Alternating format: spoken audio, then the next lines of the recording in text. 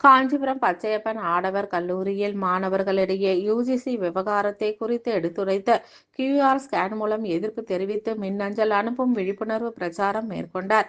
கல்வி உரிமையை பறிக்கும் ஒன்றிய அரசின் பல்கலைக்கழக மானிய குழுவின் வரைவு விதிமுறைகளை கண்டித்து தலைநகர டெல்லியில் மாபெரும் கண்டன ஆர்ப்பாட்டம் நடைபெறும் என திமுக மாணவரணி செயலாளர் சிவிஎம்பி எழிலரசன் அறிவித்துள்ளார்.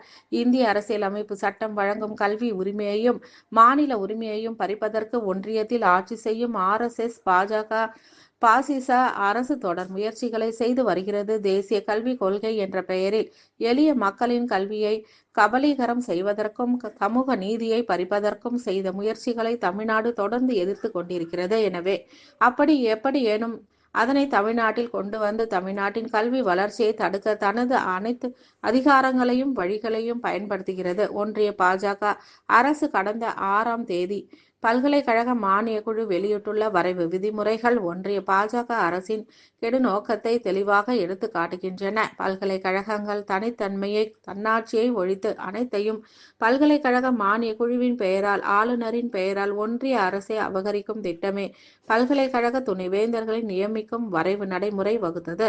இந்நிலையில் திமுக மாநில மாணவரணி செயலாளரும் காஞ்சிபுரம் சட்டமன்ற உறுப்பினருமான சிவிஎம்பி எழிலரசன் தலைமையில் மாணவரணி தலைமையில் தமிழகம் முழுவதும் உள்ள கல்வியாளர்கள் மாணவர்களிடம் இதன் ஆபத்தை எடுத்துரைக்கும் வகையிலும் விழிப்புணர்வை ஏற்படுத்தி வருகிறார்.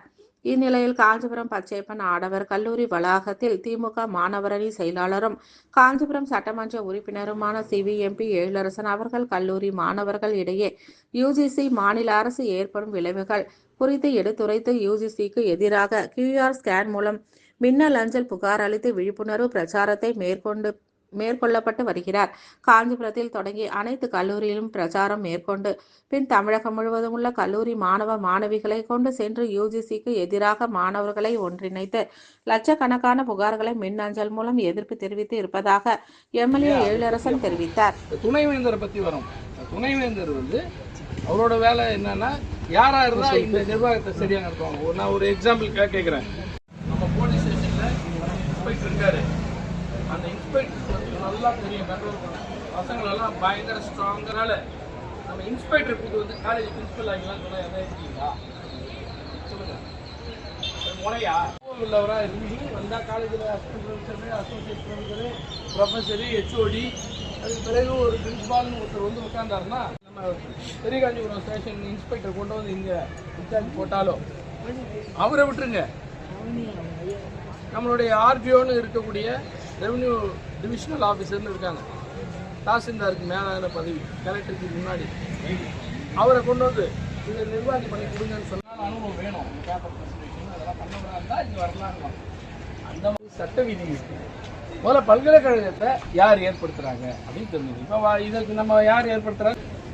இந்தியாவுடைய விடுதலைக்கு முன்பாக தோற்றுவிக்கப்பட்ட சார்ட்டர் பல்கலைக்கழகம் சொல்லக்கூடிய அதிகமாக மொத்தமே ஒரு 10-20 காலேஜ் இருந்துருக்கு. அப்போ இப்போ உருவாக்கப்பட்டது 1969-70களில் தான் பல்கலைக்கழகங்கள் கூடுதலாச்சு. முதல்ல சேலத்தில் பெரியார் பல்கலைக்கழகம். கவர்னர் யாரு?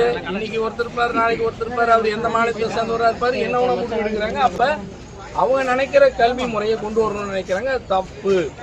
இந்த நாட்டை ஆள்ற, இந்த மாநிலத்தை ஆள்ற கவர்மெண்ட் கிட்ட தான் இது கண்ட்ரோல் இருக்கணும். ஏன்னா இது கவர்மெண்ட் தான் உருவாக்குது. நான் வீடெல்லாம் கட்டி வைப்பேன், நாளைக்கு காலையில் கட்டி முடிச்சு கிரகப்பிரவேசம் பண்ணி எல்லாத்தையும் பண்ணி புது விழாலாம் பண்ணிட்டு நல்லா பண்ணி வச்சுட்ட பிறகு நேராக ஒருத்தர் நல்லா இருக்கு வீடு, நான் பார்த்துக்கிறேன், நீ கிளம்பி வெளிலன்னா என்ன சொன்னால் எப்படி இருக்கும்? உன்னையும் சொன்னான், உங்கள் வீடு நீ கஷ்டப்பட்டு கட்டியிருக்க, அந்த வீட்டை முடிச்ச பிறகு நீ வெளில பாப்பா, இவர் தான்ப்பா இருப்பார் இனிமேலுன்னு சொன்னால் அது முறையாக இருக்குமா? அதுபோல் இந்த மாநிலத்தால், இந்த மாநில அந்தந்த ஸ்டேட் கவர்மெண்ட் தான் முடிவு எடுக்கணும்னு. இந்த மாநிலத்துக்கு என்ன மாதிரி இருந்தால் நல்லா இருக்கணும் யார் முடிவு எடுப்பாங்க? இந்த மாநில முதலமைச்சர் முடிவு எடுப்பாங்க. இந்த மாநிலத்தினோட சட்டமன்றம் முடிவு எடுக்கும். சொத்துன்னு ஒன்று கொடுக்க முடியாது.